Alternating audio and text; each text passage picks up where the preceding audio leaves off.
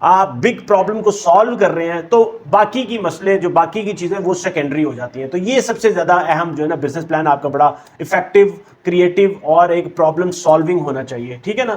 اس کے ساتھ ساتھ جو ہے نا آپ جب آپ کا بزنس پلان ہے کسی بھی جاپنیز میونسپیلٹی سے آپ رابطہ کر سکتے ہیں, وہاں سے آپ اس کی اپروول لے لیں, وہاں سے آپ کا جو ایک سرٹیفکیٹ ہوگا new business implementation confirmation certificate جو ہے وہ آپ کو وہاں سے چاہیے ہوگا.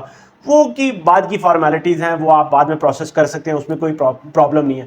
یہ والی چیز آپ کا جب بزنس پلان آپ کا بیسٹ ہو گیا, اس کے بعد آپ نے وہاں سے کسی بھی ریجنل جو میونسپیلٹی ہے ریجنل آپ اس کا پریفیکچر ہے وہاں سے اپروول لے لیا. اس کے بعد آپ کو پروسیس سمپل, آپ کو سی او ای آ جائے گا, آپ نے امیگریشن آفیسر کے ساتھ بات کر کے آپ کو سی او ای آ جائے گا, certificate of eligibility, visa apply کریں اور جاپان کے لیے آپ کی روانگی ہے. کوئی اس میں کمپلیکس چیزیں نہیں ہیں. اس کے ساتھ ساتھ میں آپ کو یہ چیزوں کا جو ہے نا یاد رکھیں کہ جو ہے نا آپ نے ویسے تو جاپان کی طرف سے کوئی جو پابندی نہیں ہے, کوئی ریسٹرکشن نہیں ہے کہ آپ اس انڈسٹری میں کام کر سکتے ہیں, یہ والی ڈومین میں آپ نے کام کرنا ہے, یہ والی انڈسٹری میں آپ نے کام نہیں کرنا, ایسا کچھ نہیں ہے. آپ کسی بھی ڈومین میں کام کر سکتے ہیں. آپ فاسٹ فوڈ میں کر سکتے ہیں, آپ ٹریڈیشنل فوڈ میں کرنا چاہ رہے ہیں, آپ کار مینوفیکچرنگ میں کرنا چاہ رہے ہیں, ایکسپورٹ میں کرنا چاہ رہے ہیں, کسی بھی ڈومین میں کرنا چاہ رہے ہیں, یا آئی ٹی میں کرنا چاہ رہے ہیں, کوئی ڈومین کی پابندی نہیں ہے. مگر زیادہ جو بیسٹ جو ہے نا جس کے زیادہ چانسز میں آپ کو بتاتا چلوں, وہ آپ ایسی فیلڈ ہونی چاہیے جیسے کہ مطلب ٹیکنالوجی کی بات ہو, جس میں ہیلتھ کیئر کا سیکٹر آ جائے, اس کے ساتھ ساتھ آپ کا کچھ ایجوکیشن کا سیکٹر آ جائے. تو یہ والے جو سیکٹرز ہیں نا وہ جاپان کا زیادہ انٹرسٹ ہے ان میں کہ آپ یہاں پہ ان میں سے کسی سیکٹر کے اوپر جو ہے نا کوئی کریٹیو انوویٹیو اور جو ہے نا ونڈرفل سا آئیڈیا لے کے وہاں پہ آئیں, تاکہ وہاں پہ کوئی ریولوشنری چینج آئے اور وہاں کا انفراسٹرکچر چینج ہو جائے, لوگوں کے طور طریقے وہ چینج ہو جائیں, ان کا ایجوکیشن کنوینئنٹ اس کے لیے ہو, کیونکہ وہاں پہ جاپنیز انوائرمنٹ میں لینگویج کا جاپنیز انگلش لینگویج کا بہت بڑا بیریئر ہے. تو وہ آپ کچھ ایسا وہاں پہ لے کے جائیں کہ لوگ آسانی سے انگلش سیکھ سکیں. تو بہرحال ان سیکٹرز میں اگر آپ کر سکتے ہیں تو آپ کے امکانات اور بڑھ جاتے ہیں کہ آپ زیادہ آسانی کے ساتھ جو ہے نا یہ اسٹارٹ اپ ویزا لے سکتے ہیں.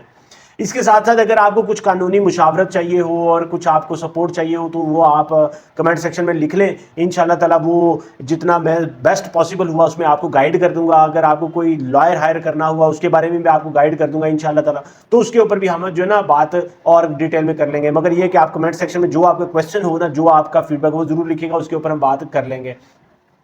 اس کے ساتھ ساتھ آخر میں آپ کو یہ بتاتا چلوں کہ جیسے آپ کو یہ سب لوگوں کو پتہ ہے, سب ہر بندے کو پتہ ہے کہ میں نے جو نا جاپان سے پی ایچ ڈی کی, وہاں سے اعلیٰ تعلیم حاصل کی ہوئی ہے, اور اس کے کلچر کو, اس کے سسٹم کو میں خود بھی بڑا اچھی طرح سے سمجھتا ہوں.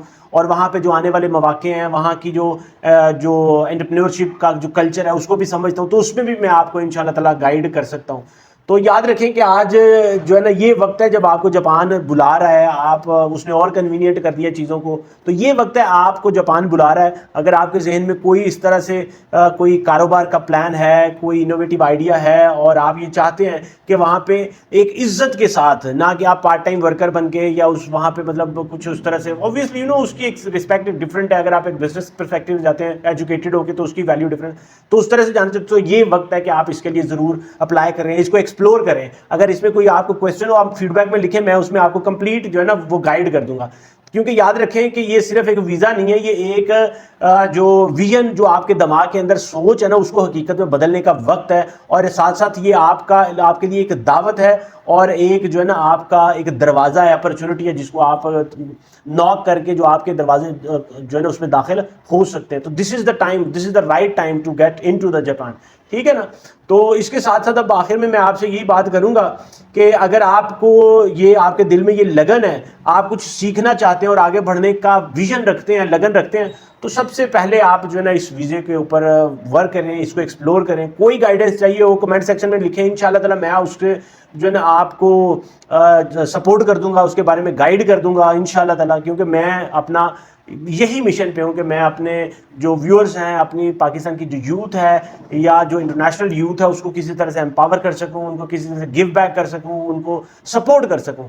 تو اس حوالے سے کہیں پہ بھی آپ کو چاہیے ہو تو ضرور آپ کمنٹ سیکشن میں لکھیں, میں آپ سے جو ہے نا اس کی ڈیٹیل جو اس کا رپلائی بھی کر دوں گا, آپ کو سپورٹ بھی کروں گا انشاءاللہ تعالیٰ. تو اس ویڈیو کو ضرور لائک کریں, اس کو شیئر کریں, ان سب کے ساتھ جو آپ کو جن کو آپ پسند کرتے ہیں، جن کو آپ چاہتے ہیں کہ وہ بھی امپاورڈ ہوں، ان کو بھی چیزوں کا آئیڈیا ہو، وہ بھی سکسیزفل بنے، یا ان کے پاس کوئی آئیڈیا ہے تو وہ اس کو ریالٹی میں امپلیمنٹ کر سکتے ہیں، اپنے خواب کو حقیقت میں بدل سکتے ہیں، ان کے ساتھ ضرور شیئر کریں انشاءاللہ تعالی. اور میرے چینل ڈاکٹر طیب قاضی کو ضرور سبسکرائب کر لیں انشاءاللہ تعالی، تاکہ آنے والی کمپلیٹ جو ہے نا یہ گائیڈنس اس کے اوپر آپ کو امپاور کرنے کی، اس کے اوپر میں آپ کو اپڈیٹ کرتا رہوں. مجھے ڈاکٹر طیب قاضی کو اجازت دیں. السلام علیکم ورحمۃ اللہ وبرکاتہ.